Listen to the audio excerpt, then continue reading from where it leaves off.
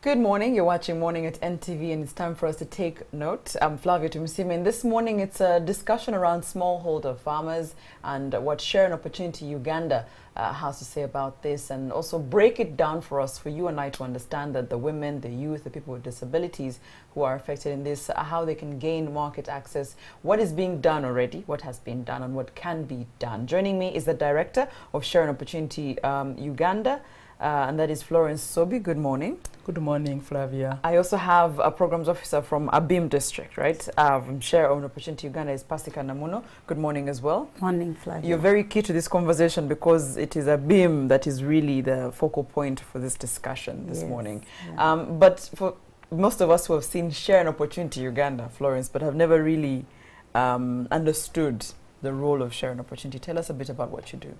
Thank you very much, Flavia. Good morning, our viewers. Yes, Sharing Opportunity Uganda, SAO, is a Christian-focused organization that was founded in 1991 by a senior citizen in the country, Pastor John Ekudu, a former Dean of Students of Makerere University.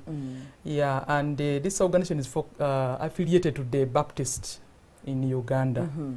Yeah, so basically we, as Sharing Opportunity Uganda, we ensure holistic child development. Yeah, and in the child development, we are doing implementation in the education, health, environmental management, and of late we are so much into livelihoods because we also know that when we are ensuring holistic child development, we need to empower communities with skills to be able to do that. So are you saying that you are concerned about the child and the child's development, but you're saying that for us to, we can't focus on the child without their parents, without the people who are raising the children? And parents and caretakers. And and caretakers. You need to, you know, care for skills for them so that they are able to care for the children. Yes. Yeah, so that's what we are doing. And you were telling me that in this particular discussion, it's the livelihood. When you say that women, we're not excluding men from this conversation. They are indirectly benefiting. That's true. Yes. They're indirectly benefiting. So maybe, Pascal, we can start with you on what Sharing Opportunity or SAO has actually been doing in Abim. Thank you very much, viewers. Abim district is one of the districts in Karamoja region. Sharing Opportunity Uganda. Entry in Abim was last year, 2017. And as the director said, we work through smallholder farmers, which targets women, people with disability, and the youth. And what we promote among the value chains are cassava, maize, and millet. And this is sampled in the sub-counties of Abim, of Lotuke, Awach, and Morulem. I want to appreciate the efforts of Abim district stakeholders and the 3 sub-counties where we work. They have greatly contributed to the growth of farmers in these sub-counties that they have given SAO to work with. And these farmers are 100 smallholder farmers that are sampled in these 3 sub-counties. Initially, these farmers were called the farmer field schools. And the farmer field schools basically promoted food security. Yes. And you know the food security is just food for consumption. Yes. Yeah, it is subsistence.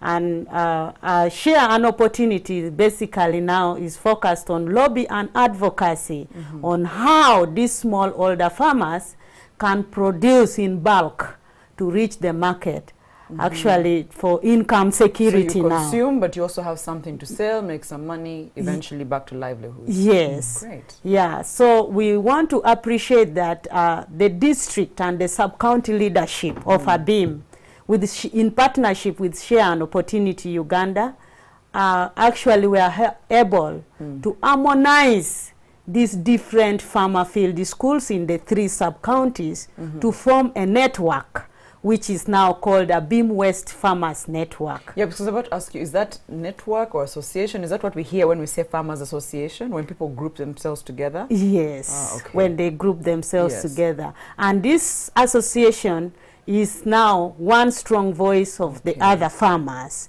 that when they voice out the issues of farmers, they voice it with the district leadership together, and in case of any favors from the district, from government, it goes through the network. Which easily reaches them as well. Yes. What would the challenges have been? Because by the time you form an association or a network or a group, it means there's something, you're looking for solutions to certain challenges. Yes. I'm guessing today our biggest conversation is around market access. Yes. What has been or is making market access so hard? Well, market access is so hard for our smallholder farmers with issues that are around the food production, especially in Abim. We have land, people produce like cassava. They have enough cassava, but you find that there is poor road networks, that farmers cannot access the market because of the poor road networks. And you find that the issue of middlemen come inside. Middlemen can't be avoided in the district because... You have to explain to us middlemen. So this is the person who's coming to me or to my little sub-county and getting my cassava. Yes. They pay me a certain amount of money. Yes, but the money is not competitive. So do they go and sell my cassava to the main market? They go. They take it to the main market. So they're paying me less than they make? They pay you less because the road to reach you is very poor. They actually come and say, reaching here is very difficult. It's hard. Yes. It's very hard. And so you find that they are the ones even to give you the price. The farmer has no voice. They're setting the price for your cassava. They set the price for your cassava. You find that a kilo is bought at 200. Currently now in Abim, a kilo of cassava is 250 shillings. And yet they come and sell outside or in the market. And you're wondering what the 200 shillings is going to do for the home, which might have mother, father, children and other family members. Yes. Oh, wow. So one of the challenges is that poor road network. Poor road network. And we also have storage facility where the farmers can collectively bring their produce to sell. You find that it is they are not there. We have, like in Lotuke, we have one store. Awach, we have one store, and even in Morulem. But these stores, because they are very far away from the farm communities, they are not being used by farmers. And actually still the challenge of roads also leads to the store not being used. Pasika, this is when we say that storage, you see, let's not be very disconnected because we're in Kampala. Yes. So the storage is not me in my home somewhere I put my food. No. No. It is the general where the entire, is it district? Not at that level. That would be too much. They break it down probably in villages now. There's one storage for the entire district? No, in the sub-counties. In the sub-counties. Yes. So all of us must keep our cassava and whatever in that one store. So that they can have one voice, even if the buyers come. They go to one place to buy. And that can make them negotiate better. But even reaching that store is a problem. Yes. My friend. Yes, Flavia, I just wanted to talk about that store. Yeah, we are glad World Food Program had actually constructed stores there in the sub-county. In Lotuke. It's a big place. Yeah, but as Pascal has mentioned, it's very hard for the farmer to access because even of the poor road network. So it's there, but... Yeah, we've also had stories that our products are going to be safe. So we've been in negotiations with the sub-county leadership that when we help farmers to do bulking, producing in large quantities, and then we have them to carry their produce to the store, are their products going to be safe? Yeah, so that's another issue that came up, and I'm glad we're in good negotiation with sub-county, and they are saying yes, once we do good bulking and we bring in the in the store. Yeah, if you can just remember, you know, you're young. If we remember back when we used to have the cooperatives, yes, that would be the ideal situation, whereby the farmer would be, you know, keep their goods, knowing that they will, with the time, they will take them to the store and then they get to market. But that's a nightmare, as you know. How does the payment work, Florence? Is where I'm holding, are they giving me per each cell, for example, or the minute I put my cassava there, I'm paid? The cassava in the store. Yeah, that the issue of the store, it would mean that you, like, you have a bumper harvest. You go and keep your goods so that you don't just sell at a giveaway. Because this middlemen come at the farm gate. And we can't blame them, because our farmers need little money sometimes. But when it comes to now, like, we are promoting, you know, farmers to produce in large quantities so that they can be able to reach the big market. So it becomes very difficult to do that. So farmers are cheated at the farm gate because they have nowhere to keep their products. But what's still one of the issues that we've had from middlemen, the products are of poor quality. You'll find the middlemen are the ones now saying we're buying, but what we're buying... Yeah, we are giving a low price because when you look at the cassava is supposed to be, you know, clean. These farmers, sometimes they have just, you know, spread it in the soil, I must say. And so when a buyer comes, yeah, they will just cheat you, they will give you little money. So the other big issue which we are really talking about this morning is the issue of the extension services. Yeah, we know that as Sharing Opportunity Uganda, by the way, we are supported by ECO. ECO is Interchurch Corporation of Development Organizations. These are from Netherlands who give us support. Yeah, we are like, we want farmers to access good market. But farmers don't have information.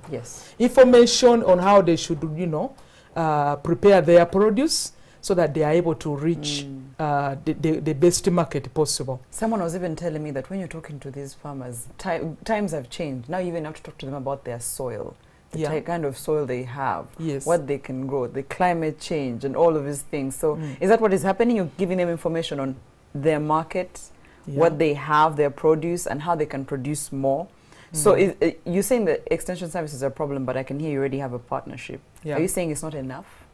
Yeah, first of all, we are not technical. For us, we are social workers. So the main point here is it's important for us to closely work with the extension service workers who are actually technical.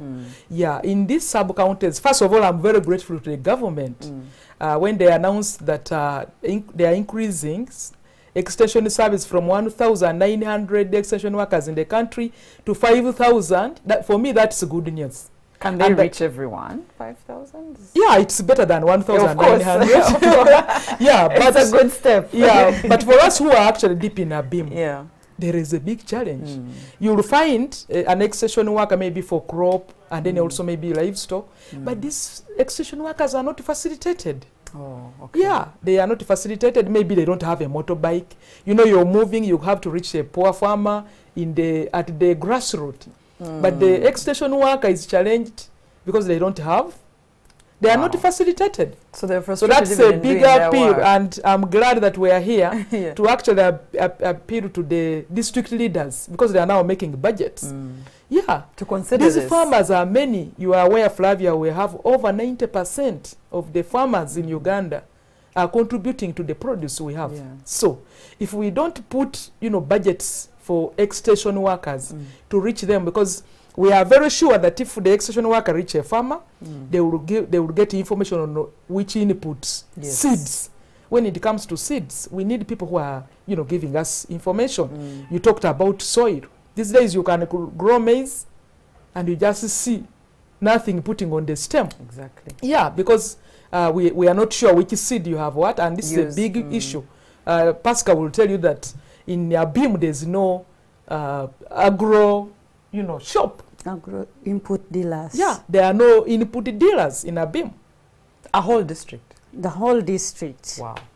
Yeah. So they just gamble with repeating the seeds, maybe hoping the results will change. Yeah, but I believe if extension services are, you know, improved, first of all, it would be good for government to fulfill their their pledge of having extension service in every sub-county. So the numbers have slightly increased, Florence, but you're saying that also empower them, equip them with what they need. Yeah, they need the information, they need this facilitation, they need the fuel.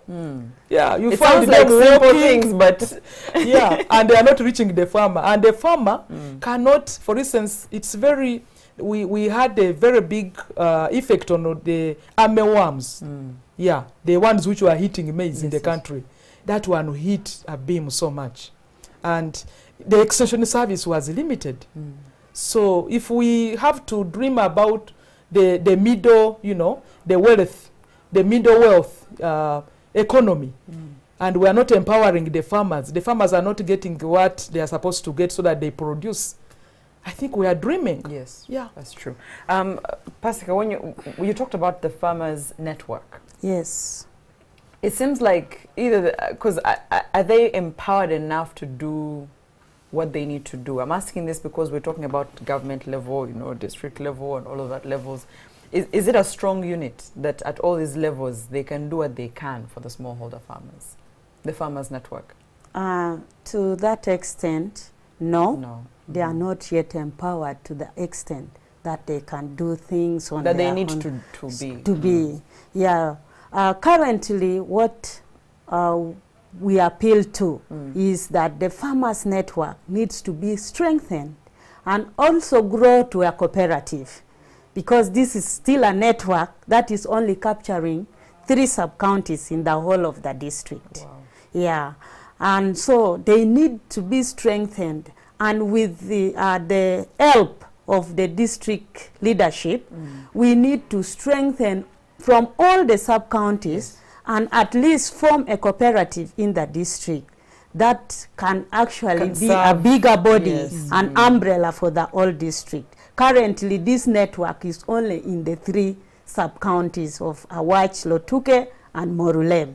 And so there is still need for the district to ensure that all other sub-counties come together so that they can form a bigger umbrella of farmers in the district. Yeah, I will ask you at some point the role of farmers as well in this, because we'll talk about district level, our leaders and government, but I'll also need to know what themselves can do. But before that, Florence, you were just sharing with me while we were off camera about the Market Act. Yes. Please tell us about that. Yeah, the Market Act is in place. I learned that it was first developed in 1942. At the present, since 2013, it is just in the draft. Yeah. It is still in the draft form. Yeah. And first of all our efforts can be frustrated unless we have a strong legal framework, a strong policy. Some structure has to be there. Yeah. One of the things that we are actually going to sit on the round table with the legislators and the line ministry people is the issue of reviewing. This draft should be reviewed. And if it is possible, the considerations in its present state, when I look through, it is not favoring the smallholder farmer who are down, who has land, like Pascal had mentioned. Yeah, it needs to be reviewed and implemented. And if possible, it should also have, you know, consideration. It should be friendly to the farmer. We are aware that there is free market economy. That is okay. But I think there should be at least some minimum price. Yes. Like she says, cassava is at 200 shillings in Abim. I go to Nakawa in the market, you know, a kilo is at 800, 1,000. 200 shillings. So this is a big gap between the farmer and the real market. So we're cheating them. Yeah. So there should be a minimum. Even if a middleman has come and is buying in a beam, there should be a minimum to which they should buy, but not because they take advantage of you know, high supply, and then because they are going, and then they give excuse. So no. Why not? So I think, for us to be very firm around this, the draft should be reviewed. Absolutely. Yes, the Market Act 2013 in its present state, it doesn't support the farmer. Okay. Yeah. You said you're having a roundtable conversation. Yes, on 22nd of this month. Okay. NTV will actually be there. Yes. Yeah. We need to be so at we the shall core be of these there. conversations. Yes, engaging, dialoguing with the line ministry, the Minister of Trade, Minister of Agriculture. Yes, of course, Minister of Finance has to be there. Yes. You know, those Budgets. two can't talk when we are not. Budgets. Yeah, putting there the main, the main stream of the ministries. I hear you. It's unfortunate we're pressed for time, but I do need an answer to that question. Pasika, you have seen, you're on the ground. As much as the leaders need to do something, government and all the ones who are in part of the supply chain that she's going to talk to on the 22nd, what is the role of farmers? What are you seeing is the role of farmers in actually helping themselves as well? The role of farmers currently, what they are doing in order to promote commercial agriculture, they themselves have mobilized themselves. So they're willing to work together. They are willing to work together. They have mobilized themselves and they have formed the Parish Association. Parish are those smaller associations on the ground. And from the Parish Associations, of course, they subscribe to the to the network. And that is one of the biggest role they have done.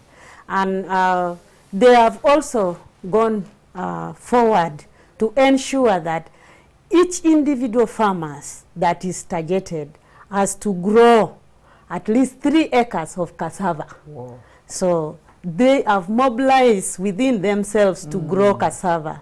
But there are those who have grown over even 100 acres. That's a good thing. Yeah. We have one farmer called Okelo Clement Achagar from Adea. Adea is one of the parishes in Morulem sub-counties. He has over 100 acres of cassava. And even there are others who have 70, who have 10, who have 20, 25, vis-a-vis what they have agreed. On the 3. Yeah. I think we can learn something from them if we're talking about market access. Even they have decided we can't go less than 3 acres. Yes. Surpass it, yes, but don't go less than. So I think the same thing should apply for price. You know what can apply and say, let's not go less than this price as we buy. As we wind up, sorry? Yeah, maybe on the soils in Abim. Yes. Karamoja region, Flavia, is a fertile land. Even without applying anything, it's very fertile. With soil, we have no problem, but the only problem is mechanization of agriculture is very limited in the area. And you find that people use hand horse, people use hogs plus, which you go back as many times. Output is going to be less. Output is very less. So, but with soils, Karamoja is very okay. Fantastic. So you said the date is 22nd. 22nd. Yes. I think that conversation will be having it live, I'm sure. Yeah. So I hope so. I'm hoping so as well. So look out for Sharing Opportunity Uganda. They'll be having a conversation on how to better market access for our smallholder farmers. They're very key. If you don't fix what's on the ground, eventually the problems trickle and come up to you. Thank you so much for your time this morning. That's it for Morning at NTV. Have a good day.